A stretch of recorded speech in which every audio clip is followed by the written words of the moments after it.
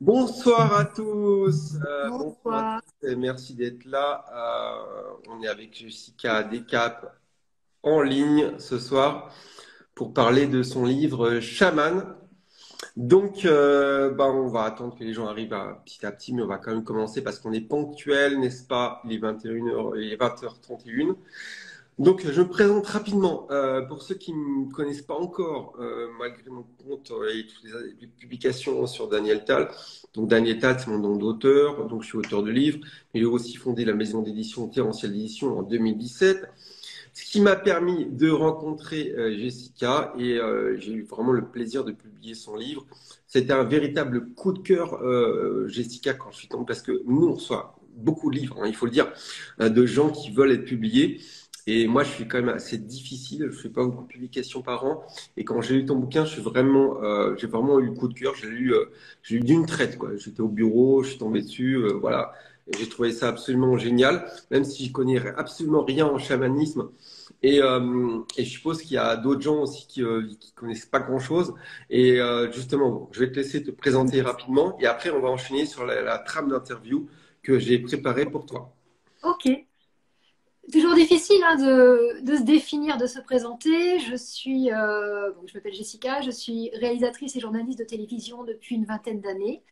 Et depuis quelques années, je suis sur ce chemin d'apprentissage chamanique, voilà, qui m'appelait déjà depuis plusieurs années. Et j'ai fait, on en parlera hein, certainement un peu plus en détail, des rencontres qui m'ont permis de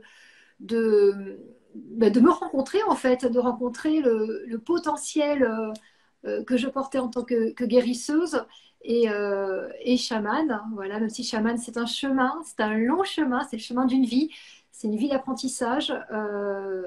Voilà, donc sur ce chemin depuis quelques années et c'est ce qui a bouleversé ma vie évidemment et donné un sens à ma vie. Voilà. D'accord. Alors, donc, j'entends le mot guérisseuse. Ça veut dire que avant de rentrer dans le chemin du chamanisme, tu avais déjà on va dire, des prédispositions aux soins, aux choses comme ça? Oui, j'avais déjà des fortes intuitions, des visions, de fortes intuitions. Euh, et, mais je ne les mettais pas forcément en pratique, en fait. Jamais je n'avais envisagé d'en faire une activité, voilà, et puis de déployer ces capacités-là et puis de les partager, en fait. D'accord. Donc, en fait, si on reprend l'histoire depuis le début, tu vis à Paris, Oui, tu es réalisatrice de films professionnels, hein, donc tu travailles pour des émissions de télévision, c'est ton métier, tu es une femme d'image. À côté, tu fais quand même des séances de médium, enfin, de médium ou de choses comme ça. Enfin, j'essaie tu me reprends si je me trompe, hein. Parce que je connais d'autres personnes comme Caroline Moureau qui te fréquentait, c'est comme ça que je l'ai rencontrée. Donc, donc tu vis à Paris, tu es réalisatrice de films, et tout d'un coup, tu pars au Pérou et tu te lances là-dedans dans le chamanisme. Explique-nous comment c'est venu tout ça. bah alors, c'est pas tout d'un coup, c'est en effet depuis quelques années, même depuis ma jeunesse, hein, j'ai des intuitions, des perceptions. Je délivre de façon pas du tout professionnelle, mais amicale des messages qui me viennent pour mes proches. Et puis, je fais des rencontres à une période de ma vie où je me sens, on va le dire, en burn-out. En tout cas, je ressens un vide, à la fois un vide et un appel à explorer de nouvelles. Voilà, de nouvelles traditions, de guérison, à rencontrer en tout cas ces guérisseurs.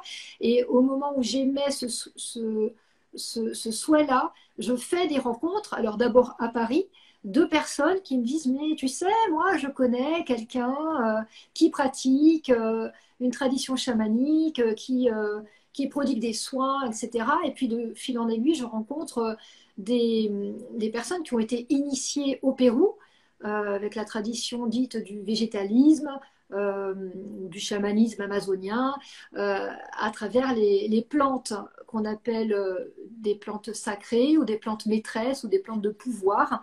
Et voilà, de fil en aiguille, donc je me retrouve au Pérou auprès de chamans et, et ça commence pas véritablement au Pérou, ça a commencé un peu avant mes explorations, mes apprentissages. Mais c'est vrai que le Pérou a été une révélation, un moment où je suis partie pour être, en tout cas, en quête oui, de réponse, à savoir est-ce que véritablement j'avais une voix dans le chamanisme, est-ce que véritablement j'avais ce potentiel et comment le déployer et qu'en faire en fait.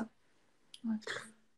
Donc ça, c'est important de le préciser. En fait, ça part d'une envie profonde d'introspection, de recherche spirituelle de ta part. Et tout d'un coup, sur ta route, se mettent des personnages. Alors, on lit dans ton livre, hein, il y a ce fameux Benjamin que tu rencontres qui se met sur ta route. Et ces personnes-là, bah, il y a tout un réseau. Et ces gens-là, ils t'invitent finalement à aller suivre, à aller au Pérou. Alors, on dit beaucoup de choses sur le chamanisme. Moi, j'ai entendu aussi dire que parfois, il y avait des pièges, des gens qui sont pas forcément. Enfin, il y a un peu de tout aussi, quoi. Bon, toi, tu as la chance de tomber sur des gens qui sont plutôt bienveillants.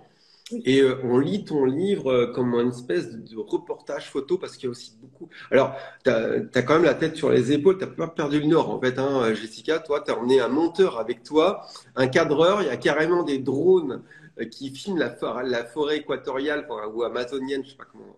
Je suis nul en géographie, je suis désolé.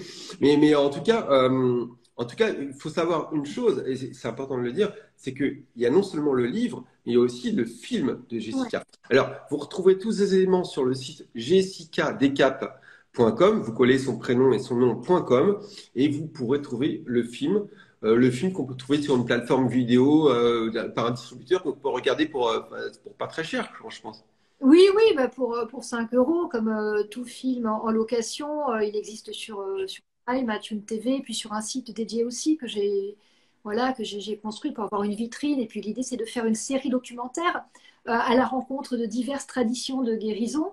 Un carnet, comme on dit un carnet, c'est-à-dire, oui, évidemment, c'est mon parcours et mon histoire, mais c'est au-delà de mon histoire, c'est aussi de donner, surtout, donner la parole à ces sages, à ces guérisseurs.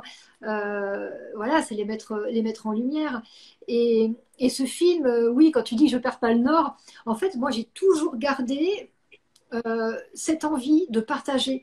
Et la première fois que j'ai rencontré, alors c'était bien avant le Pérou, 2 ans avant le Pérou, j'avais déjà rencontré cette tradition qui est la tradition Shipibo-Konibo, hein, qui est une tribu indigène du Pérou et qui travaille depuis des millénaires avec ces plantes-là, avec les plantes voilà, d'Amazonie, notamment avec l'ayahuasca. Et j'avais déjà rencontré avant de partir au Pérou des personnes qui travaillaient de façon très sacrée et sérieuse, hein, on en reparlera, c'est important, avec les plantes d'Amazonie. Et j'avais déjà eu cette révélation et cette envie de partager. C'est-à-dire que ce que je vivais, ce que j'entendais, ce que je ressentais, euh, c'était tellement extraordinaire que j'ai eu envie de raconter cette histoire, au-delà de mon histoire, l'histoire des mondes spirituels, hein, en tout cas de ce que moi je comprenais euh, de ce qui était en train de se passer pour moi. Et j'ai toujours gardé un pied, j'ai toujours un pied dans le monde de la télévision. Je suis intermittente du spectacle, réalisatrice ou chef de projet, enfin, ça dépend des missions. Et donc, dès le début, j'ai eu envie de raconter cette histoire. Et quand je suis partie au Pérou, j'ai embarqué en effet un ami caméraman en lui disant, je ne sais pas ce qui va se passer, je ne sais pas ce qu'on va découvrir, mais je sens qu'il y a une histoire à raconter. Et donc, il m'a suivi. Ça s'est fait quelques jours avant le départ. Il a dit, OK, je suis dispo, je viens. Et donc, c'est Richard Robert, je le cite parce que c'est un homme extraordinaire, enfin, de talent et de bienveillance et qui m'a suivi tout au long de ce processus de diète, ce séjour qu'on appelle une diète chamanique et qui a fait de très, très belles images.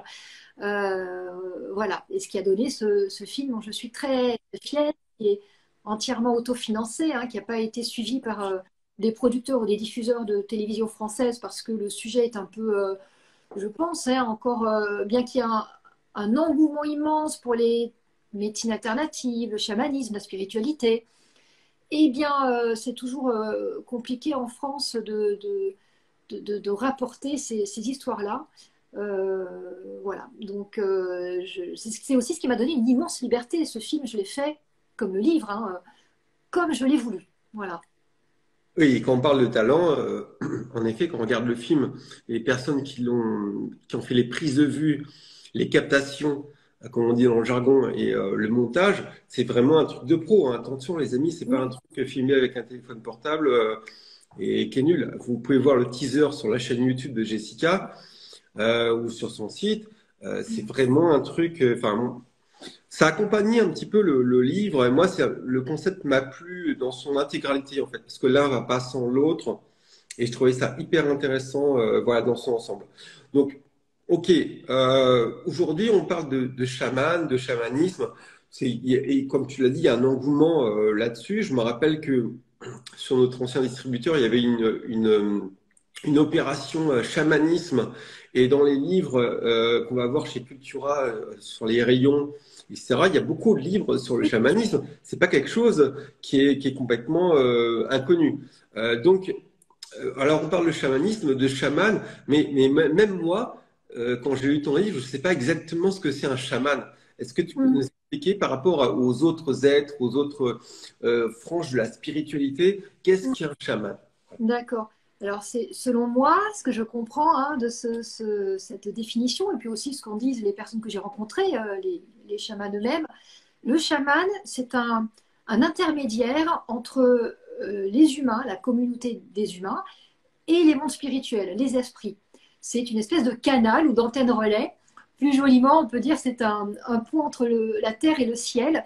C'est quelqu'un qui va interagir avec les esprits pour apporter la paix, l'équilibre, l'harmonie à sa communauté.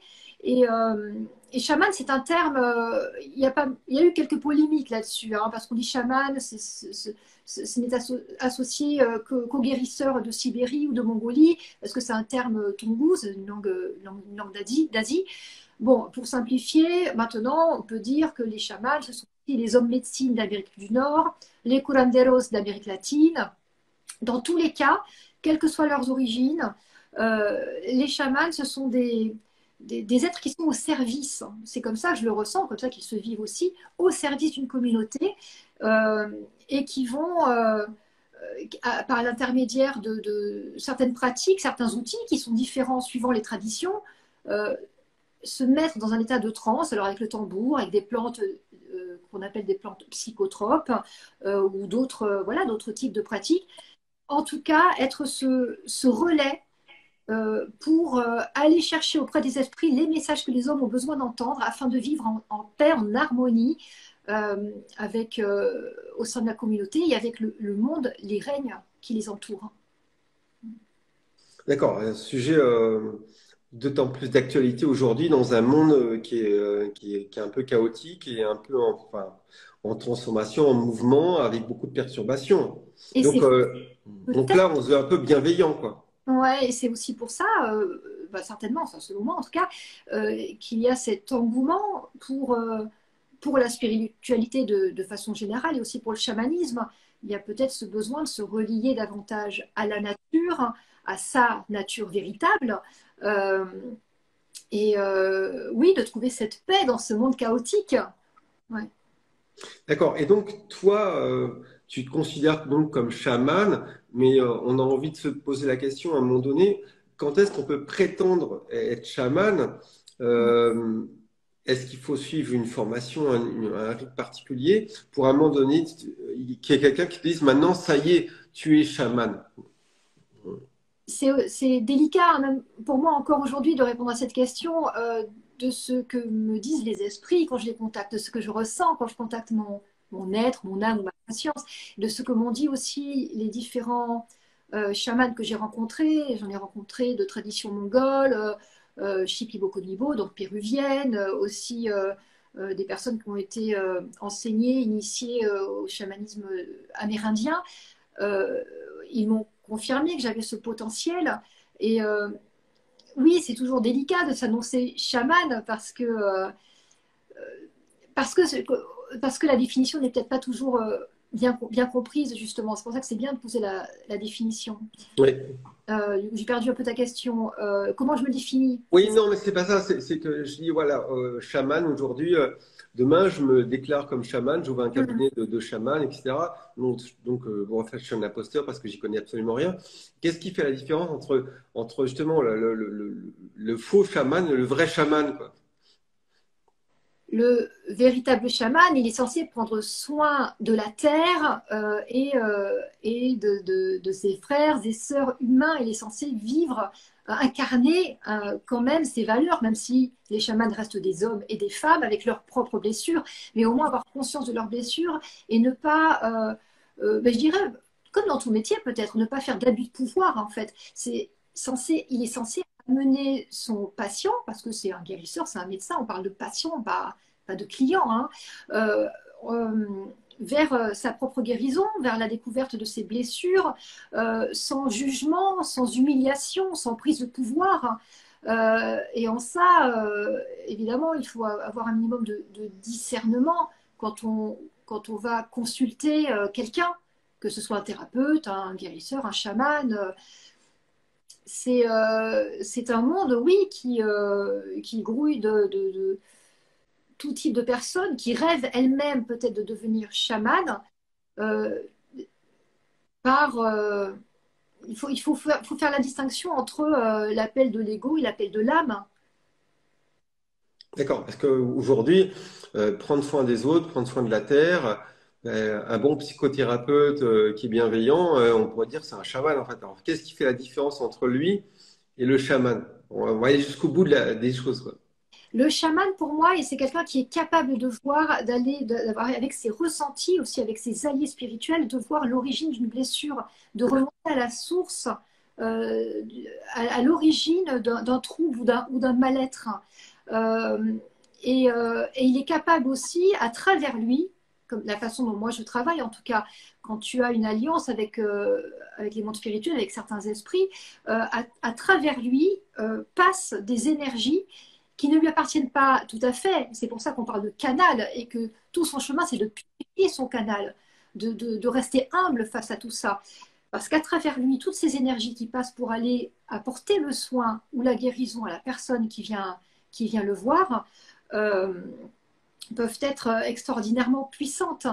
Le psychothérapeute, il va s'arrêter sur le plan mental et émotionnel. Le chaman, il va pouvoir aller puiser à l'intérieur de toi euh, le nœud qui peut être un nœud karmique, transgénérationnel. Pour moi, c'est un travail en fait, qui est holistique et qui va toucher à tout ton être hein, et qui va faire en sorte que il va t'éplucher un peu comme un oignon pour que toi, tu puisses ressentir et rencontrer cet être, cette âme, cette conscience que tu es, en deçà, bien caché, tapis comme un trésor que tu portes euh, qui est caché sous des couvertures d'ego, de peur, de blessures, de chagrin, de tristesse, de colère, etc. Après la période très très bizarre, j'ai envie de dire ce mot bizarre qu'on a vécu avec le Covid, la crise du Covid, avec le confinement. Toi et moi, on a souvent échangé là-dessus. Je me rappelle. On va pas rentrer dans les détails, mais enfin, ça a quand même été assez bouleversant. Et il y a beaucoup d'informations qui ont circulé par rapport au devenir de l'humanité. Il y a des gens qui se sont dit, ça y est, c'est le nouveau monde qui arrive, etc. Il y a des gens qui ont écrit des livres sur ce qu'on appelle le futur, c'est-à-dire un futur et il y aura plusieurs trames possibles, etc. Aujourd'hui, on a l'impression qu'on a affaire à une société qui est un peu scindée en deux entre des gens qui s'accrochent à un ancien monde et à un ancien fonctionnement et des mauvaises habitudes humaines. Hein. Bah, par exemple, on peut en citer une, c'est la maltraitance animale. Hein. Je pense que c'est un sujet qui tient à cœur aussi. Bon, et la malbouffe et tout ce qui va avec. Donc, il y a des gens qui s'accrochent à ça, puis il y a des gens qui vont vers le véganisme, ou qui se posent voilà, qui se remettent en question, qui se disent non, il faut changer, etc. Et on avait un peu cette scission. Enfin, j'ai l'impression d'une société un peu coupée en deux. Et qu'est-ce que toi tu penses de ce que je viens de dire là? Et qu'est-ce que tu, et qu'est-ce que toi tu, qu'est-ce que les chamans pensent que ce monde va devenir pour nos enfants. Je te rejoins là-dessus, moi. C'est aussi mon ressenti sur le fait qu'il y ait vraiment deux, même trois, j'entendais, humanités, différentes humanités, c'est-à-dire des façons de vivre ensemble, de, de, de voir la vie, de s'aimer, de travailler ensemble. Et oui, moi, je te rejoins sur cette espèce de séparation, en fait, hein, entre des personnes qui s'accrochent à un ancien et d'autres qui rêvent d'un futur, mais qui aussi ont cette vision depuis bien avant la crise du Covid, de quelque chose à construire sans savoir quoi construire de nouveau, mais en tout cas bâtir un renouveau. C'est vraiment ce que j'entends moi en guidance. Et que disent les chamans? Ils ont prévenu depuis quand même plusieurs années que là on allait, que le bateau, et là j'ai souvent des images hein, que j'interprète ensuite, Oui, mais que mais vas-y. soit un bateau comme ça qui tangue et qui coule, un immense navire. Et on m'a rapporté que les chamans mongols avaient dit à certaines personnes hein, que je côtoie, ça c'était en 2012 ou 2013, euh, faites vite, on a besoin de transmettre notre connaissance et notre sagesse parce que à partir de 2020, le monde va changer et on ne pourra plus voyager comme avant et on a besoin de partager. C'est aussi pour ça, je pense, cet engouement pour le chamanisme, au-delà de, de, de la quête de certaines personnes, hein, de la curiosité ou de la quête de pouvoir. Euh, je pense que ce qu'il se passe, toutes ces médecines qui sont en train de fleurir au-delà d'Amérique latine, qui sont en train d'être transmises, partagées, répandues un peu partout, même dans nos civilisations enfin, occidentales, sociétés occidentales, eh bien, c'est pour vivre mieux, en fait, ces changements, ces terribles changements. C'est pour se rapprocher davantage de la nature, pour faire que ces connaissances qui étaient secrètes auparavant au sein de peuplades indigènes, ou en tout cas maintenues secrètes, aujourd'hui ne sont plus tout à fait secrètes parce qu'on en a besoin pour le bien commun. Et, et sur l'avenir, ça, moi en tout cas, moi ce que j'entends, hein, on est dans une transition qui devrait durer encore quelques années.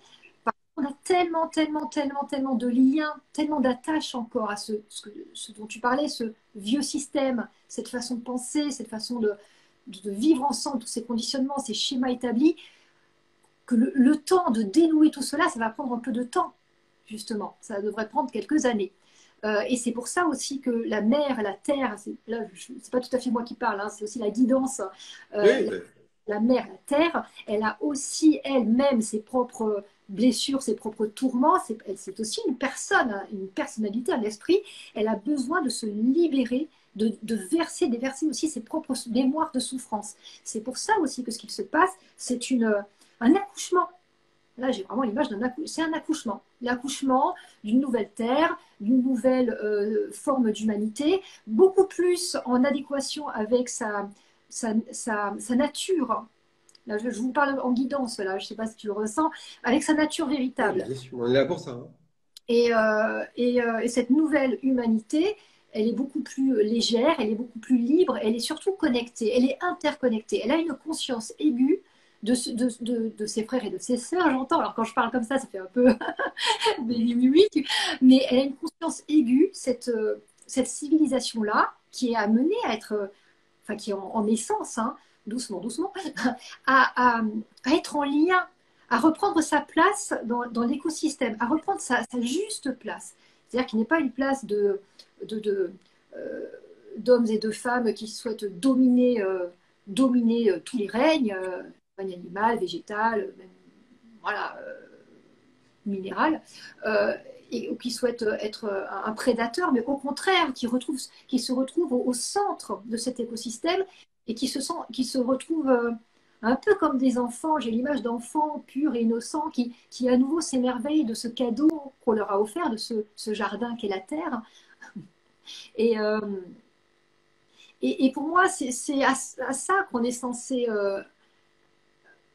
aboutir, en tout cas, à cette reliance-là, un peu comme ce que font les chamans, en fait, quand on dit qu'ils sont des ponts entre le ciel et la terre, mais aussi des liens au sein de la communauté. Alors, est-ce qu'on est tous appelés à devenir chaman? Bon, c'est pas mon discours, mais en tout cas d'avoir ce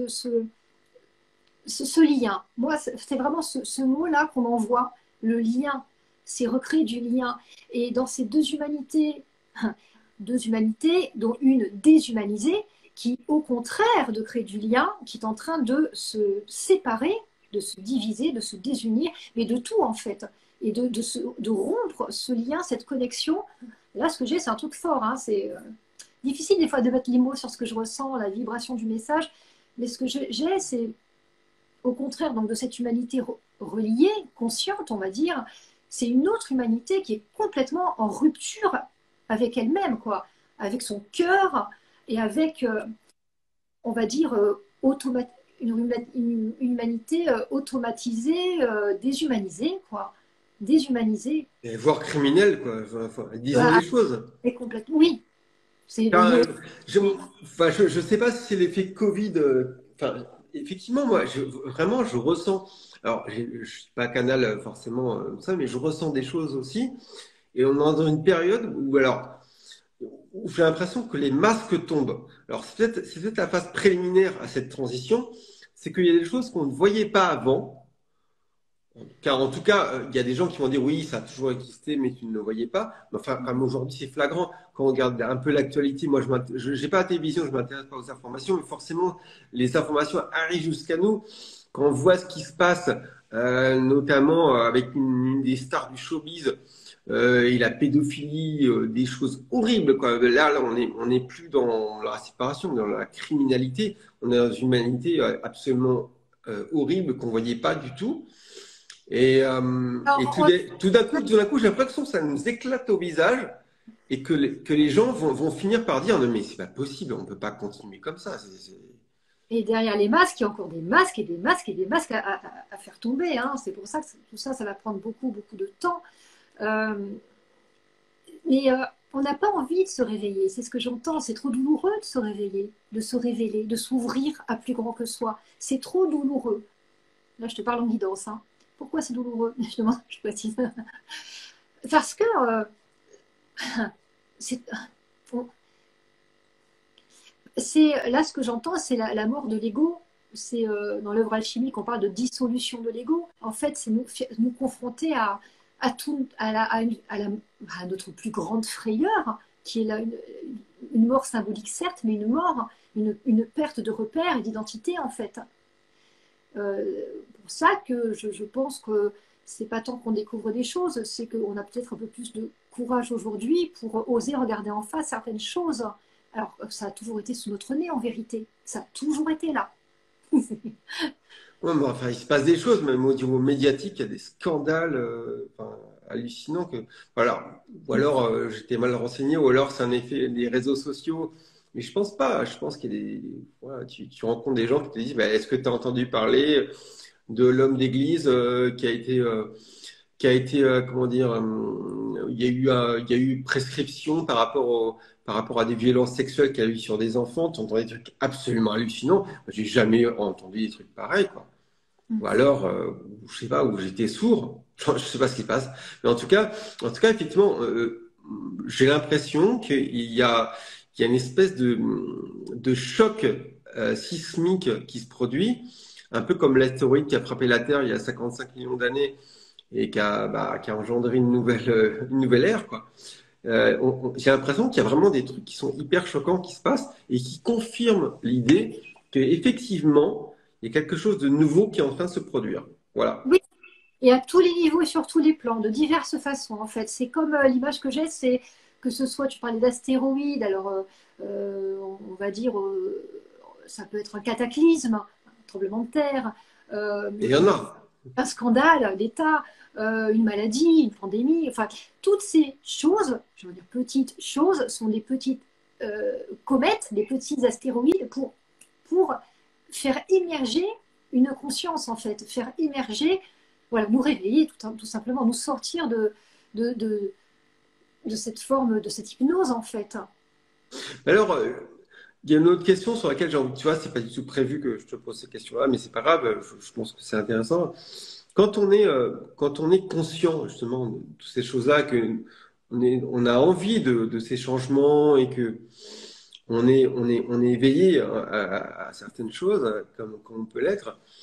C'est quand même douloureux de vivre dans un monde justement avec des gens comme ça. On l'a vécu pendant le Covid. Je ne mâche pas une mot, je me fiche de ce que les gens pensent de toute façon de ce que je dis.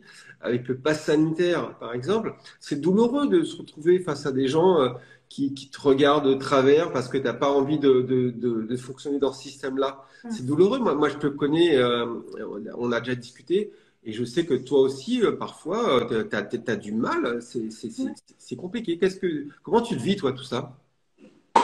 Moi, j'ai des périodes de grande foi où j'arrive à, à accepter qu'on est encore dans cette transition qui n'en finit pas, ce virage qui n'en finit pas.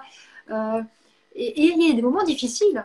Il y a des moments où j'ai des visions vraiment très, très dures, la nuit surtout. Il y a des moments difficiles, je ne le cache pas. Il y a des moments aussi où je ressens mon âme, mon être. Je sens cette connexion avec mon essence qui elle-même est en grand désarroi parfois et qui a envie de faire péter tout ça, quoi. Allez, on y va, les gars, on y va, on s'aime pour de bon, quoi. On y va, on ouvre des chemins, on- on- et, et, euh, et en même temps, il faut aussi arriver à ne pas juger cette autre partie qui n'a pas envie, en fait, tout simplement. Et je crois que moi, j'arrive, c'est peut-être récent, mais à avoir davantage, encore plus de compassion, ouais, de non-jugement vis-à-vis de personnes qui n'auraient pas ces mêmes visions, ces mêmes envies, tout simplement. Et là, j'ai quand même beaucoup plus de foi qu'auparavant, à savoir que il y a quelque chose qui se met en place tout doucettement, mais il y a quelque chose quand même, il se passe quand même des choses. Même si ça nous semble insuffisant, du point de vue de l'homme, c'est insuffisant. Du point de vue de l'âme, ils sont quand même contents. C'est ce que j'entends. Et bizarrement, j'ai ressenti, moi, juste avant le Covid, juste avant le premier confinement, donc j'étais encore à Paris, et je sentais que quelque chose arrivait. Je ne savais pas quoi précisément. Je revenais du Pérou. Et en plus, au Pérou, les esprits m'avaient dit une guerre terrible se prépare, chaos, cataclysme, guerre, attention, une guerre terrible se prépare. Euh, et, euh, et donc, c'est quoi, février ou mars. Et juste avant le confinement, je ressens bizarrement une espèce de joie, une exaltation. C'est comme si mon âme me disait, ouais, ça y est, il va se passer quelque chose. Enfin, là, on a comme quelque chose de joyeux. Alors que c'était pas joyeux le confinement, hein. Loin de là, hein. Mais je l'ai ressenti comme le début de quelque chose.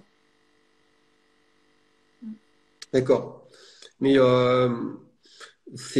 comment dire, je suis admiratif de t'entendre parler comme ça, d'avoir un côté justement dans le non-jugement ou de la compassion par rapport à certaines personnes, parce que on aurait tendance à devenir un peu misanthrope par moment, j'ai envie de dire, quand tu vois la réaction de certaines personnes moi, je fréquente je fréquente des gens qui sont, comment dire, des gens qui sont spiritualistes.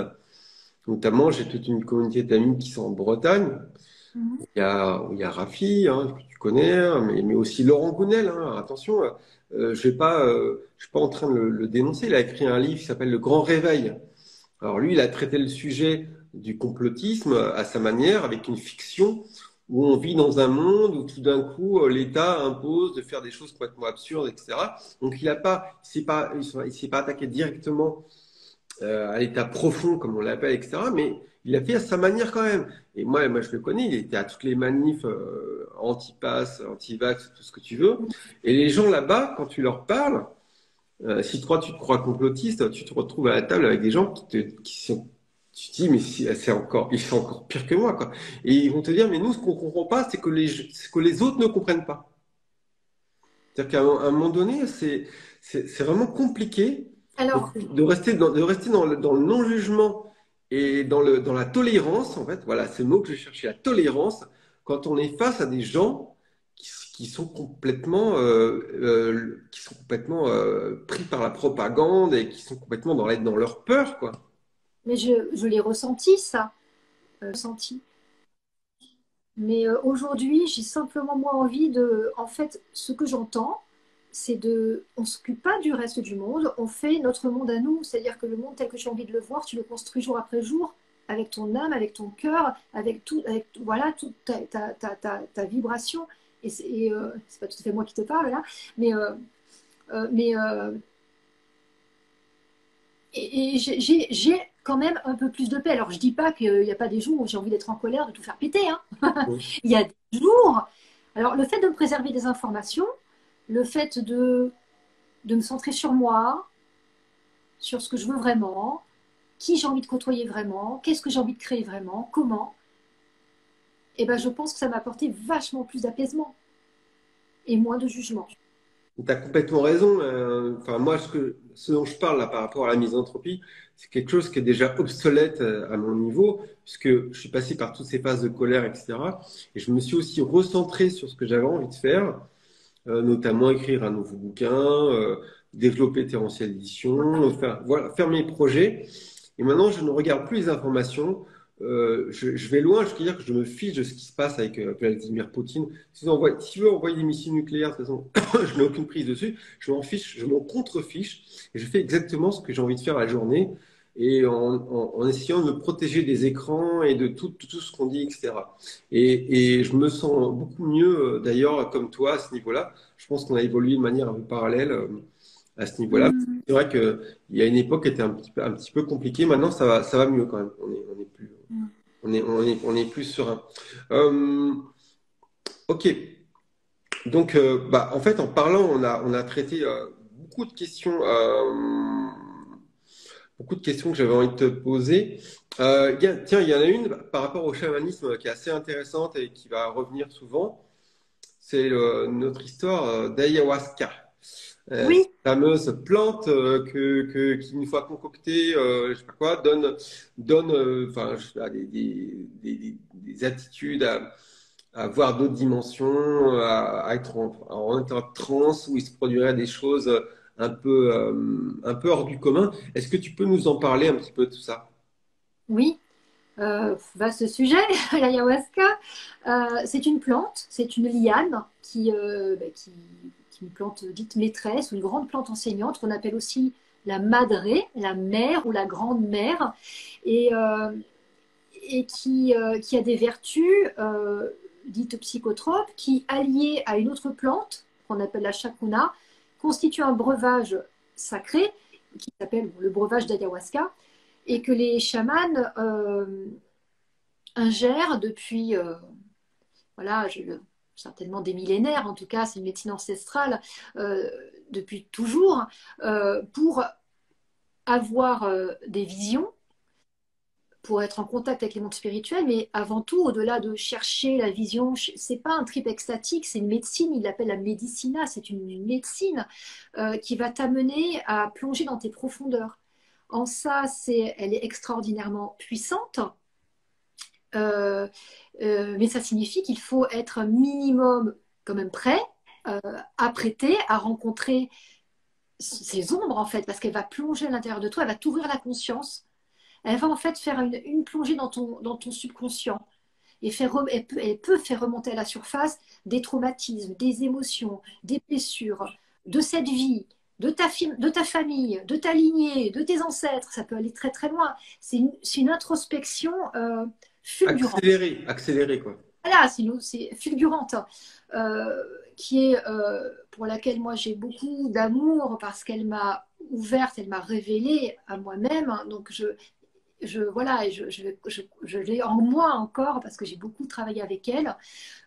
Cependant, est-ce qu'elle est faite pour tout le monde? Je ne le pense pas. Il faut quand même mettre un bémol, faire attention, parce qu'il faut soi-même être prêt à la rencontrer, c'est-à-dire avoir un minimum, c'est bien d'avoir quand même fait des thérapies auparavant pour déjà être sur ce chemin de, de, de, de, de recherche de sa vérité, savoir qui on est vraiment, sans ses blessures, sans ses peurs, etc., sans ses conditionnements, mais avoir un minimum conscience de d'où proviennent mes blessures, avoir une psyché quand même un peu solide, parce qu'on peut être complètement balayé par des tsunamis d'émotions, en fait. Ça peut être assez violent émotionnellement, physiquement aussi, parce qu'elle nous amène à c'est un breuvage qui nous amène à purger. Purger, ça veut dire vomir, à rendre l'ego, à rendre ses blessures, ses traumatismes, etc. Donc c'est aussi un processus physique qu'il faut pouvoir supporter. Et en ça, il y a une préparation qu'on appelle une diète qui peut durer bah, une semaine à des années, en fait, suivant le processus sur lequel Ouais, on est. de quoi? De jeûne? Pas de jeûne, quand je parle de diète, c'est pas on n'arrête pas de manger, il y a des choses qu'on ne peut Ah, plus ingérer, d'accord. comme quelques exemples, hein. Bon, les viandes, les laitages, le sel, le sucre, les aliments transformés, bah, évidemment toute forme de drogue. Euh, mais certains, certains disent que c'est une drogue. Ce n'est pas juste de dire ça parce que ce n'est pas quelque chose qui est addictif. C'est une médecine. Donc, il y a la personne qui va à la rencontre de cette médecine qui doit évidemment être préparée et aussi, et surtout, les personnes qui vont la servir, donc les chamans, les guérisseurs, qui doivent être évidemment bienveillants, et qui doivent travailler dans un cadre sacré, consacré, protégé, parce que ça ne se fait pas n'importe où. Tu vois, on ne va pas un jour un réalisateur très connu en France qui connaît très très bien ces médecines-là en a très bien parlé en disant tu ne vas pas te faire ouvrir le cœur sur un trottoir par n'importe qui quand tu as un problème de cœur en fait. Tu vas dans un hôpital, etc. Pour ces médecines-là, c'est la même chose. Tu es dans un cadre qui est protégé, euh, et qui est et c'est servi par des personnes de confiance et de compétence. Voilà. Donc Mais j'ai envie de te dire, quand on lit ton livre et quand on voit le film et les scènes qui concernent la prise d'ayahuasca et ce qui s'ensuit, ça fait peur. Voilà, alors, on va pas se mentir. Je veux dire, demain, tu me fais pas boire le truc. Hein. J'ai pas envie de me transformer en garou ou je sais pas quoi. Hein. alors, moi, je pense qu'une vie, que ce que tu es capable de vivre hein, quand tu es préparé. Après, oui, ça peut faire peur. C'est bien d'avoir montré dans le film les épreuves, vraiment la souffrance physique et émotionnelle, bah, parce que ça montre que voilà, que c'est pas n'importe quoi non plus. C'est pas un trip extatique, quoi. C'est pas récréatif. Euh, Oui. et, on- mais il faut Donc, savoir aussi il y a des cérémonies qui peuvent être douces, très douces, en fonction de ce que tu as besoin de recevoir ce jour-là. Et il m'est arrivé, évidemment, après beaucoup de souffrance, de libération, de dire, bah, écoute, je te remercie, hein, mais salut, c'est fini, moi, j'y reviens plus, en fait. Hein. Et en fait, tu y retournes parce que ce que tu ressens derrière, cette guérison, cette libération, cette, oui, cet allègement, c'est c'est c'est tellement bah, libérateur, salvateur que oui, enfin, moi en tout cas, je continue ce travail. C'est un travail. est-ce que je dois comprendre que tu continues à ingérer ces breuvages Alors j'ai continué moi après le Pérou parce que le Pérou c'était il y a déjà 3 ans et j'ai continué. J'ai travaillé avec d'autres guérisseurs.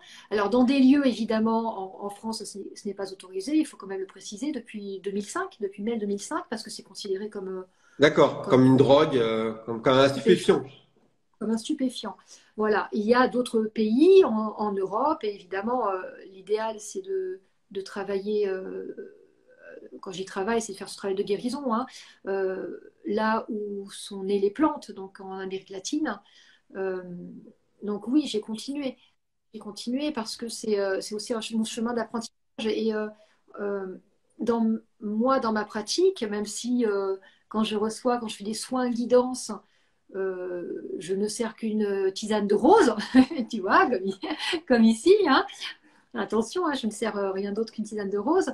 Euh, eh bien, je sens l'énergie des plantes que j'ai diétées, parce que derrière, il y a tout un processus que je décris quand même bien dans le livre et dans le film. Ce qu'on appelle une diète, c'est pas simplement être en cérémonie, à boire de l'ayahuasca. La diète, c'est surtout, tu vas à la rencontre d'autres plantes qui sont, bon, elles sont toutes sacrées, hein. La nature est sacrée, hein, mais d'autres plantes dites enseignantes qui vont t'apporter leurs vertus, leurs qualités, qui vont aussi te guérir en partie et t'ouvrir à d'autres parts de toi. Donc moi, j'ai diété d'autres plantes comme la rosacha, j'ai diété aussi la rose, parce que les chamans qui ont été initiés auprès des chamans indigènes, euh, ils diètent aussi des plantes de chez nous. Tu vois, le chêne, le saule.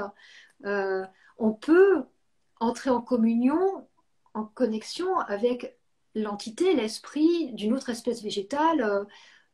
Évidemment, il y a une préparation, mais ce sont toutes des médecines voilà, qui nous apportent. Mais c'est un processus, en tout cas sur le chemin, le parcours initiatique pour devenir, en tout cas, chaman ou pour déployer ses capacités de chaman, ce qu'on appelle la diète dans cette tradition-là, elle peut durer des années. On va laisser la place aux personnes qui ont envie de poser des questions. Si vous voulez le faire, c'est maintenant. Il y a parfois des gens qui peuvent monter sur le live aussi, c'est arrivé. Donc voilà, je m'adresse aux personnes qui sont là. Si vous avez envie de poser des questions, c'est maintenant.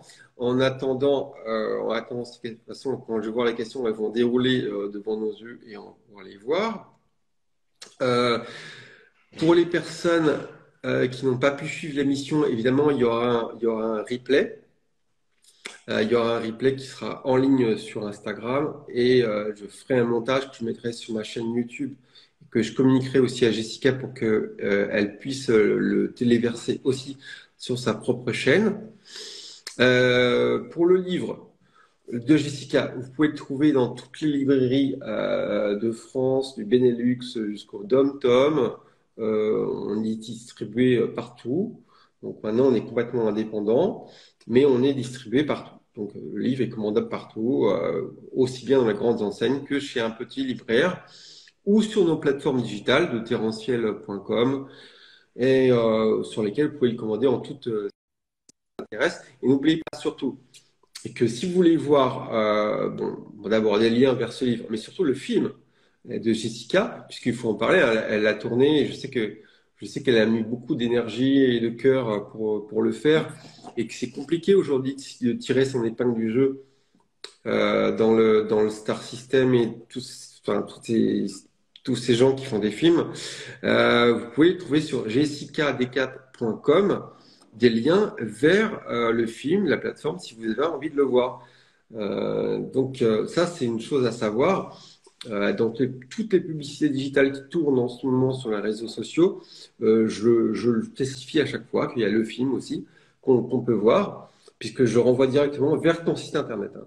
Je ne fais pas la Oui, publicité. Voilà, tous les call to action, hein, les boutons en savoir plus, etc., mènent vers ton site internet pour faire ta promotion et t'aider. Voilà. Voilà.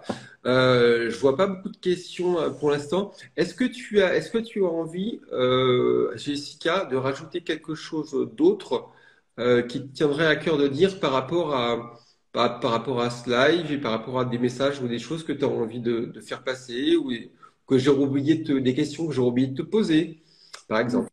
Voilà. alors, En roue libre. en roue libre.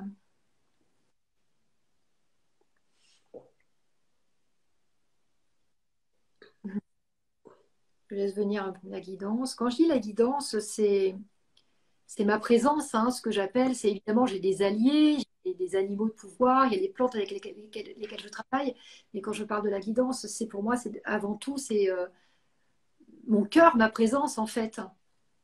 Et c'est difficile de parler de ce qu'est la conscience, de l'âme, mais on a envie quand même de vous dire que c'est quelqu'un qui est au-delà de vous, qui est au-dedans de vous et au-delà de vous. C'est un être supérieur, c'est un être qui est là pour vous, qui est là et qui sera de plus en plus présent dans les décennies à venir, parce qu'on est amené vraiment à s'épurer, à devenir pur, nu, nus comme des petits bébés, j'entends. Je ne pensais pas du tout partir là-dessus. Là, je reprends la main.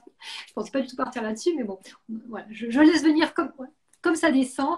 Et voilà, on vous demande d'accepter ce processus qui est en cours, en fait, de vous laisser traverser par la vie et par cette essence, par cet esprit qui a besoin de descendre dans la matière pour rayonner de toute sa vigueur, de toute sa lumière, de toute sa bonté, de toute sa joie, de toute sa paix. Et il y a tant de choses que vous ne connaissez pas encore, il y a tant d'êtres tout autour de vous qui aimeraient tellement, là j'ai comme une émotion qui monte, qui ont envie de vous dire tellement à vous apporter, tellement à vous apprendre, tellement à vous donner. Ne renoncez pas, ne renoncez jamais, jamais à, à contacter ces mondes-là. Ne renoncez jamais parce qu'en vérité, nous en sommes tous capables. C'est ce qui fait que nous allons tous nous retrouver les uns avec les autres et vivre ensemble dans une fraternité retrouvée, dans une belle fraternité, il n'y a même pas de mots, là, j'ai même pas le mot pour dire amour, mais je le ressens, cette immense euh, exaltation du cœur, j'entends. Parfois, je leur en veux un peu de faire parler comme ça. Je me dis, putain, je vais passer pour une espèce de sainte là. Mais bon, je laisse couler. Les décennies à venir seront primordiales. Primordiales. Entendez bien ceci. Primordiales. Fou. Ça va encore. Je sais. Aïe, aïe, aïe. Ta, ta, ta, ta, ta, ta, ta. Ouais.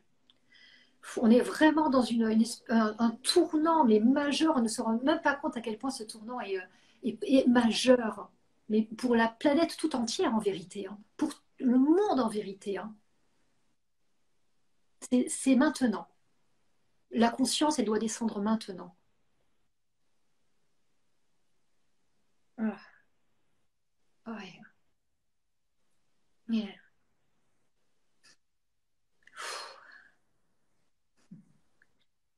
Je vois plein de monde autour de moi. Hmm. Alors ne renoncez pas, ne renoncez pas, même si les temps, ça va encore être encore beaucoup plus difficile qu'auparavant. J'essaie de retenir avant de vous dire ça, mais ça va être plus difficile. Je suis désolée de le dire, hein, mais ça va être encore plus difficile qu'auparavant. Ne renoncez pas à cette vision, à cet amour que vous avez à l'intérieur de vous qui demande simplement à s'exprimer. Nous n'avons pas grand-chose à faire en vérité, simplement un sourire, un regard, un geste, simplement ceci au quotidien. Personne n'a besoin de devenir un, un magicien, un prestidigitateur, un immense prêtre ou prêtresse. On ne vous demande pas tous d'être des saints, simplement de ne pas renoncer à ce que vous êtes en vérité. Cette paix, cet amour, cette joie qui vous habite et qui est là, qui a toujours été en vérité. Il n'y a qu'une façon de faire émerger ce talent, ce trésor à l'intérieur de vous. C'est de renoncer à la souffrance, de libérer toutes les mémoires de souffrance, de faire la paix, de pardonner, de cesser de vous tourmenter. En mensonge, en jugement. Je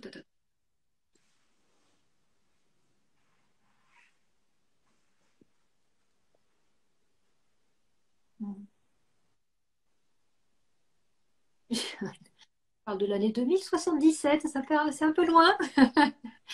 Bah oui, 77, j'aurai 104 ans. Oui, il se passera des choses. Désolé, je vais pas rester. Pour vous, on ne sera pas là. Ouais, non, bah non, bah, au bout d'un moment, bah non, on va arrêter, hein, je pense. Mais bon, tant qu'on y est, on la joue, comme on dit, hein. Euh, Moi, j'ai une philosophie, hein, vous le savez, et puis, enfin, moi, je prends la vie un petit peu comme un jeu, hein. On est là on est là pour la jouer. C'est comme une pièce de théâtre, hein. Enfin, faut prendre du recul et lâcher prise par rapport à beaucoup de choses, et puis faire ce qu'on a envie de faire, surtout. Moi, c'est ma philosophie de vie, enfin, c'est celle qui m'a guidé toute ma vie. C'est mon seul guide, c'est mon cœur, c'est de faire ce que j'ai envie de faire. Hein, c'est pas compliqué. Donc, et quoi qu'en disent les autres, et même si, alors, c'est vrai que on a des projets parfois, on ne peut pas se confier à tout le monde. Il y a des gens qui vont dire, ben non, c'est n'importe quoi ce que tu fais, ça ne marchera pas. Ben, il faut surtout pas écouter ces gens-là et puis faire ce qu'on a envie de faire. Moi, en tout cas, moi, je vais avoir 50 ans là en avril. C'est ce qui a guidé mon existence. Alors, parfois, j'ai dû assumer mon arrogance par rapport à certaines choses, mais en tout cas, tel que je vis aujourd'hui, je ne le regrette pas. Donc, ça rejoint de manière beaucoup plus, on va dire, pragmatique ce que tu es en train de dire de manière canalisée. C'est ne renoncez pas à vos envies et faites ce que vous avez vraiment envie de faire, quoi. Parce que sinon, la vie n'a aucun sens. Ayez aussi beaucoup, ce que j'entends, beaucoup de compassion et d'indulgence envers vous-même, parce qu'il y a aussi beaucoup de personnes qui se mettent une pression folle. Et c'est peut-être un peu le versant ou le revers de cet engouement pour la spiritualité, cette course à devenir meilleur, cette course à être plus, à, euh, alors que déjà, partir de ce qu'on est, déjà s'aimer comme on est, avec ce qu'on a, avec ce qu'on nous a transmis, même si parfois c'est un peu tout pourri, mais, euh, mais malgré tout, voilà, faire à partir de ce qu'on est. Et là, doucement, j'ai encore cette image de, voilà, l'oignon qu'on épluche, ou, avec tendresse, douceur, affection, tendresse, douceur, affection. Voilà, quand, ne pas se, ne, s'infliger encore plus de tourments et de blessures que nous n'en portons. Ça te parle, ça?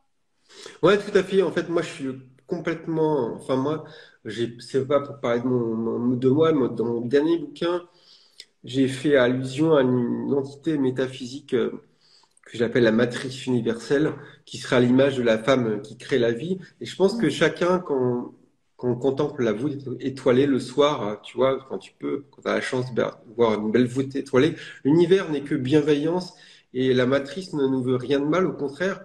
Les seuls ennemis qu'on peut rencontrer, c'est nous-mêmes. Et donc, on devrait se sentir comme, j'ai envie de dire, comme un bébé dans les bras d'une mère, en confiance. C'est cette image qui me vient tout de suite.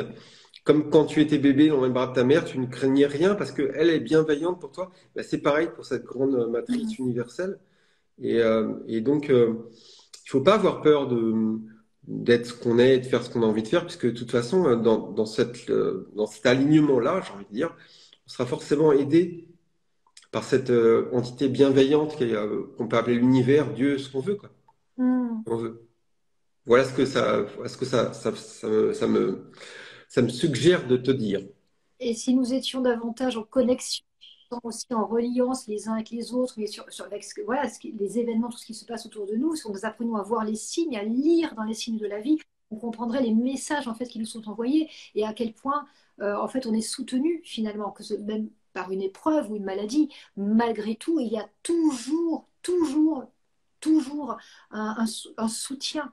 On n'est jamais seul, jamais abandonné. Ouais, bah ça aussi. Je suis entièrement en phase avec toi. Je pense qu'il faut se sentir en confiance et soutenu parce que, parce que tant qu'on va dans le bon sens, qu'on protège le vivant, qu'on va dans cette forme d'évolution, on est forcément soutenu. Et même à mon niveau, je constate que dans ce que j'entreprends, j'ai beaucoup d'aide et beaucoup de chance, entre guillemets. Je crois pas en la chance, mais je vois qu'effectivement, je suis plein de gratitude pour toutes ces choses qui m'aident. Et tu parles du soutien, c'est quelque chose que j'entends aussi et dont j'ai besoin moi aussi, hein. Parfois, il y a des moments difficiles, hein, je ne le cache pas, hein. J'ai besoin de soutien, là. C'est dur, là, les gars. Là. Vous êtes gentils, mais c'est dur, quoi. Et le soutien, et j'entendais aussi que ce qui se passe en ce moment, c'est aussi pour qu'on... Parce que sinon, qu'est-ce qu'on ferait s'il ne se passait rien? On se resterait tous comme des Playmobil, l'image de Playmobil dans leur maison, sans bouger, en fait. Et tout ce qu'il se passe, c'est aussi pour... nous amener à nous relier en fait. On parlait du lien tout à l'heure, mais à trouver du soutien chez les uns et chez les autres. Parce que même, même j'ai l'image d'un grand prêtre, un grand saint, on a tous besoin de soutien. Et, euh, et donc voilà, de savoir vers qui se tourner quand on a aussi besoin de soutien. Et ce nouveau monde ou cette nouvelle forme d'humanité, enfin ce qu'on est amené à créer tous ensemble, ben justement, on ne peut le créer que tous ensemble. Que tous ensemble. Tu as beau avoir des talents extraordinaires, si tu es seul dans ton coin, dans ta grotte, tu vas rester dans la lumière, elle va pas, voilà, elle va pas jaillir. Et tu vois, peut-être qu'en entendant ce que tu es en train de dire là tout de suite, je trouve un peu aussi un sens à la création d'auteur en édition. Quand je fais des réunions entre auteurs, j'entends souvent ce mot de famille. Il y a Thomas Loubna que je recevrai la semaine prochaine qui a évoqué ça. Il y avait d'autres auteurs. Alors malheureusement, pas publié tout le monde, mais c'est quand même une petite famille. Et justement, on peut se soutenir les uns les autres. Moi, je me souviens, ton amie Caroline Moreau, pour lequel on a publié un oracle, Mm. un Très très, bel oracle. très bel oracle. Ouais. En plus, c'est une artiste qui peint à l'aquarelle. Alors, les cartes sont magnifiques. Vous pouvez les retrouver aussi partout en librairie. Mais en tout cas, ces gens-là, moi, c'est pas seulement une relation d'éditeur à auteur que j'ai avec eux. Caroline, par exemple, j'ai fait une séance d'hypnose. Elle m'a offert une séance d'hypnose. Voilà, moi, avec Thomas, on a fait des sons angéliques, des choses comme ça. Moi, je suis ouvert à tout, j'ai pas de jugement. Je suis pas là pour dire c'est vrai ou c'est faux. Je suis pas dans ce paradigme manichéen, je crois que ce que je ne crois que ce que je vois, etc. Non, pas du tout. Donc moi, avec tous les auteurs, dont toi, avec qui on peut parler, justement, justement, on se sent plus entouré pour le coup. Et on se sent plus en communion avec des gens qui nous ressemblent et plus soutenus, puisqu'on revient à ce mot soutien. Oui, Tu sais que, bon, je fais ce que je peux hein, avec Différentiel Édition, mais dès qu'on peut te faire de la publicité, dès que, tu vois, bon, faire quelque chose oui. pour t'aider, voilà, moi, je souhaite que ça, en fait, mettre en lumière et propulser les gens qui travaillent avec moi, quoi. Mm. Donc ça, c'est déjà une forme. Moi, j'ai la chance d'être entouré que de gens, voilà, dont mon épouse, des gens qui sont éveillés, qui sont merveilleux. Mais je pense qu'on attire à soi aussi les gens qui nous ressemblent parce qu'on évolue. Et voilà, donc moi, personnellement, je me sens pas non plus complètement isolé dans un monde de gens hostiles au milieu des trolls. C'est pas du tout ça. Moi, au contraire, enfin, très content d'ailleurs de Terrencial Édition pour ça, parce qu'effectivement, c'est une petite famille de gens bienveillants et je me sens bien là-dedans, quoi. Et donc, du coup, ça donnerait un petit peu un sens à tout ça aussi. Moi, j'aimerais bien ajouter aussi de ce que je vis quand je suis vraiment dans cette ouverture de conscience avec les plantes, ou pas forcément, parce que moi, je passe des nuits, parfois, j'ai rien demandé, j'ai rien bu, et je passe des nuits en contact avec des êtres, des éléments, voilà, des mondes spirituels qui continuent de m'enseigner. Et, et bon, du coup, je perds mon fil. Mais oui, voilà, c'est ça que je voulais ajouter. C'est dans ces moments-là où j'ai une vision, pas à hauteur de femme ou d'humaine, mais une vision à hauteur de mon âme, je comprends que quand même ce que j'ai fait jusque-là, c'est pas anodin, c'est pas rien, c'est pas prétentieux ce que je dis, mais moi j'ai toujours tendance, et je parle aussi peut-être pour toi et pour bien des personnes qui se disent, qui ont le sentiment de ne pas être assez, pas faire assez. Ce que je fais, ça n'a pas suffisamment d'impact. C'est voilà, qui sont toujours dans cette frénésie de créer, voilà, d'être d'être productif, d'avoir un impact en tout cas. Et il y a des moments où quand je suis dans cette ouverture là d'esprit, j'ai cette vision, cette clarté, cette hauteur de vue vraiment qui me dit, qui me fait comprendre, ah, c'est pas si mal finalement ce que j'ai fait, qui t'apporte cette tranquillité, cette paix que ouais, c'est pas anodin ce que tu as fait jusque-là. Et ça, j'ai envie de le dire à plein de personnes qui ne s'en rendent pas compte, en fait. Moi, il m'est arrivé d'avoir beaucoup d'émotions et d'en pleurer, tu vois, de ne pas pouvoir partager ce que je vivais. Je peux pas vous dire, voilà, tiens, là, je vois des dragons, là, je vois des lutins. C'est difficile. On peut pas partager ça, c'est l'expérience. Euh, et de ressentir aussi pour des personnes qui me sont chères à quel point elles sont merveilleuses et ce qu'elles font. Et c'est beau, c'est bien. Elles ne s'en rendent pas compte. Arriver quand même à avoir cette hauteur de vue, se dire, OK, c'est bien ce que je fais quand même. Pouvoir se dire ça, quoi. Je pense que c'est une satisfaction, tu le sais, en tant qu'auteur, c'est pas un métier où on gagne de l'argent. Il y a peut-être 10 Non. personnes en France qui vivent de l'écriture. Donc tu le vois bien, hein, et pourtant en plus tes livres se vendent plutôt pas mal, j'ai envie de dire, et tu sais peut-être pas, mais en ce moment il y a des commandes depuis qu'on a un peu nettoyé énergétiquement tes anti-éditions de manière, je sais pas si tu as vu le replay de la dernière réunion avec le distributeur, mais il y a des commandes qui tombent, hein. Il y a la Fnac qui commande de tes bouquins, moi je vois des commandes qui passent, c'est pas fini. C'est ce que j'ai dit aux auteurs la dernière fois, c'est pas parce qu'un livre n'a pas décollé dès sa sortie. Un livre, il a une carrière, donc rien n'est perdu. Et il faut continuer à y croire. Et je peux te dire qu'en ce moment, il se passe des choses avec Terrenciel, ça décolle. Ça va plus être une entreprise qui était seulement des investissements propres, etc. C'est une entreprise qui a commencé à gagner de l'argent maintenant. Maintenant, j'ai mis en place des choses. Je peux te dire que dans la matière, il se passe vraiment des choses. Et on est loin d'avoir fini la discussion avec toi et les autres auteurs. Hmm. Je te donne un peu d'espoir et de positivisme par rapport à ce qu'on fait parce que ça finit par payer et il se passe des choses. Et là, le soutien, je le sens vraiment en ce moment. Vraiment, Hmm. vraiment, vraiment, il se passe des C'est choses. vrai que c'est énormément de travail pour toi, comme pour les auteurs, d'écrire, hein. C'est on s'y consacre en fait, hein. C'est pas quelque chose que tu peux faire, voilà, 1 heure par jour quand tu racontes une histoire. Voilà, tu t'y dévoues, tu t'y consacres pendant des mois et des mois. Et donc c'est pas rémunéré, c'est pas rémunérateur. On le fait pas que pour ça, évidemment, hein. C'est surtout pour partager, encore une fois. Mais ouais, je sais le travail, là, tout ce que tu y mets, quoi. Mais, en plus, écrire un livre, c'est un véritable chantier, quoi. Enfin, c'est un travail qui est monstrueux, hein. On n'y pas des centaines d'heures, des jours, des mois, etc. On a quand même la satisfaction à la fin d'avoir, euh, d'avoir du travail bien fait, d'avoir transmis quelque chose qui nous survivra.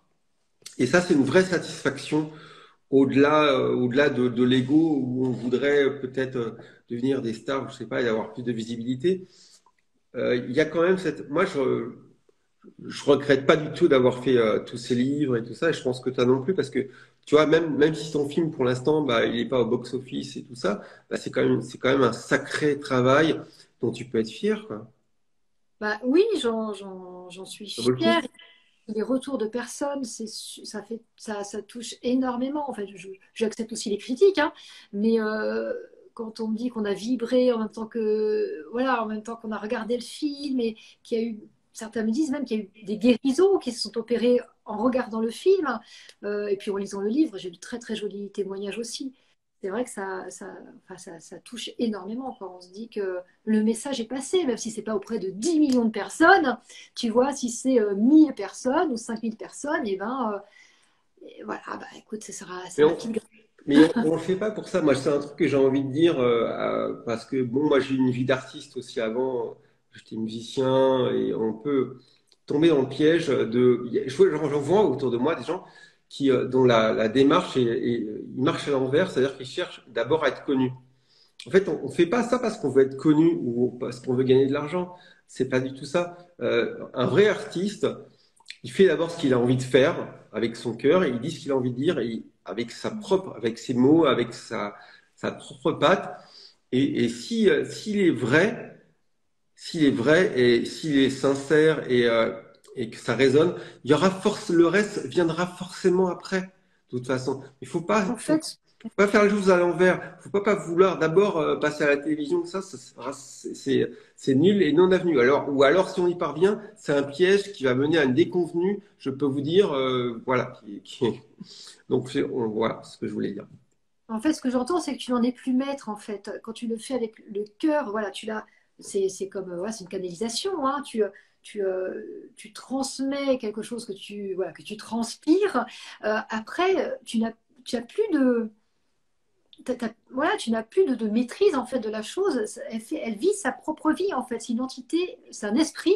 Tu as créé un esprit, tu as accouché de quelque chose, comme quand tu as accouché d'un enfant. Un projet, c'est aussi comme un enfant, hein. Et ça vit sa vie. Voilà, il va avoir son parcours, il va toucher qui il devra toucher, mais pas chercher à retenir en fait. Toi, tu l'as accouché et voilà, tu l'offres au monde et puis il aura sa vie. moi, moi, je me suis longtemps enfin, posé la question. Par exemple, j'aime bien Laurent Gounel, c'est une personne que j'aime bien comme ça parce que je connais Sylvie Liget qui me l'a présenté et c'est un écrivain qui est dans le top 10 hein, des personnes qui en vivent. Hein. Donc voilà, il a une visibilité incroyable, tout le monde le connaît. Et je lui ai posé la question en direct. Je lui ai dit, mais Laurent, mais comment c'est possible? Comment à un moment donné, ça a décollé comme ça? Comment tu es devenu une star de l'écriture? Mm. Il m'a dit, mais je sais pas. Parce que au départ, il a écrit un bouquin, personne n'en voulait. Toi, il était coincé entre deux étagères de la Fnac et personne ne le voyait, exactement comme, comme nous, quoi. Ou enfin, je sais pas, comme certains auteurs. Et alors moi encore, je peux pas me plaindre parce que j'ai écrit un livre qui a bien marché du premier coup, mais je suis pas à son niveau, hein, ça a rien à voir du tout. Mais quand tu lui parles et tu lui dis, mais qu'est-ce qui a déclenché ça? Mais qu'est-ce que il me dit, oui, ah, bah, une fois j'ai été interviewé sur Europe 1, et puis là ils sont mis en vente 100 par jour, 200, 300, et puis il est traduit en 24 langues maintenant, et tu vois sur sur les autobus et tout, mais et lui-même il ne sait pas. C'est-à-dire qu'à un Mm. moment donné, il y a quelque chose de mystérieux mais quand je vois les vidéos où il parle de l'alignement, etc., ce mec est profondément vrai, quoi. Et quand tu le côtoies, quand tu le vois, tu vois que ces gens, c'est vraiment, vraiment sincère, quoi, avant tout. Et le reste est venu d'une manière absolument mystérieuse. Il n'y a pas de gros budget derrière, de promotion, rien, quoi. Et tu peux mettre tout l'argent que tu veux. De toute façon, si si t'es pas aligné, et si c'est pas sincère dès le départ, j'y crois pas. Par contre, je pense effectivement, comme tu dis, qu'on n'a pas vraiment le contrôle, qu'il peut se produire des choses absolument extraordinaires à partir du moment où on reste vraiment bien centré et par rapport à soi-même, quoi. Mm. Bien aligné, quoi. Ouais. Voilà, c'est le petit mot pour les auteurs et les artistes. Et, on a tous pu ressentir des frustrations par rapport au fait de ne pas avoir une certaine reconnaissance, etc. Mais qu'est-ce qu'on cherchait avec la reconnaissance? Est-ce que c'est pas un problème plus profond? Est-ce que c'est pas un problème d'ego de souffrir de ça? Euh, le jour où tu en arrives à te dire que de toute façon tu regrettes pas parce que tu avais envie de le faire et tu es vraiment super fier de ce que tu as fait, je pense que là tu t'es débarrassé d'un problème d'ego. Ah, Hmm. oui. Euh, Question alors, je tourne comme ça parce que je les vois, je ne peux les lire que comme ça. Pas de question. si j'ai vu quelqu'un à un moment donné qui me disait mince, suis-je vrai? Ben, je sais pas. Écoute, je pense que c'est vraiment un travail d'honnêteté envers soi-même à faire euh, pour savoir si t'es vrai. Et je reprends le thème d'artiste parce que moi, j'ai commencé ma vie comme ça en étant musicien. Et à un moment donné, tu dis bon bah il faudrait que je fasse une musique qui plaît au public, qui se vend, qui correspond au marché pour pouvoir percer, etc. En fait, c'est une grave erreur. C'est une grave erreur. Il faut surtout pas faire ça. Il faut faire exactement ce qu'on a envie de faire. Et si t'es bon, un jour, les gens ils vont te remarquer.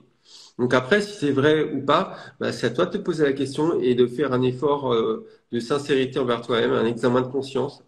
Et je pense que quand Jessica parlait tout à l'heure de vomir les trucs, enfin l'ego, enfin des choses qui en soi avec l'ayahuasca, je pense que ça rejoint un peu cette thématique, quoi. À un moment donné, il faut se libérer de toutes ces choses pour lesquelles on se ment à soi-même pour redevenir soi et toucher justement la lumière.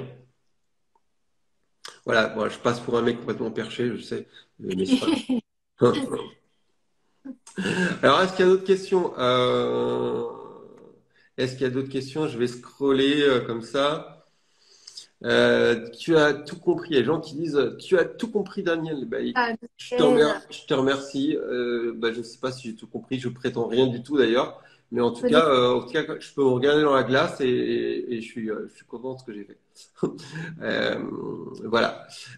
Donc, bah, écoutez, je ne sais pas s'il y a d'autres questions ce soir. Alors, pour ceux qui sont arrivés en retard, j'ai vu des remarques, des gens qui disent mince, je suis super en retard, etc.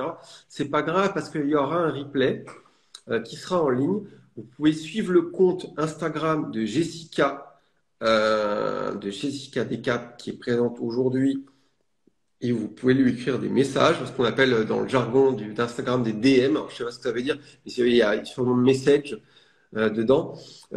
Et voilà. Et j'en ai encore un qui me dit voilà, je suis arrivé en retard, sorry. Ok, mais c'est pas grave. Parce que de toute façon, vous savez où nous trouver sur les réseaux et sur Instagram notamment, puisqu'on y est ce soir. Vous pouvez nous envoyer des messages. Il y aura un replay. Vous pouvez mettre des commentaires sur le replay sous forme de questions et on y répondra. Je pense que Jessica est assez disponible aussi pour ça et Oui. on est accessible. Donc, si vous avez pas, vous avez un peu raté le live, vous avez pris en cours de route, vous n'avez pas eu le temps de poser des questions, il sera jamais trop tard pour le faire. Jamais trop tard pour écrire des messages et on y répondra. Voilà. Maintenant, je vais quand même respecter un peu le format de l'émission et puis continuer la soirée de mon côté un petit peu. Je vous remercie pour ceux qui étaient là de nous avoir suivis. Je remercie dans le futur ceux qui verront le replay et qui apprécient. Et voilà, je vous embrasse tous. Et puis, Jessica, je te remercie encore d'avoir joué le jeu, d'avoir participé et d'être impliqué de la sorte dans ce petit live. Merci pour ton invitation. Merci à tous. Merci à tous, je vous souhaite une bonne soirée. Très belle soirée. Bye bye. Ciao.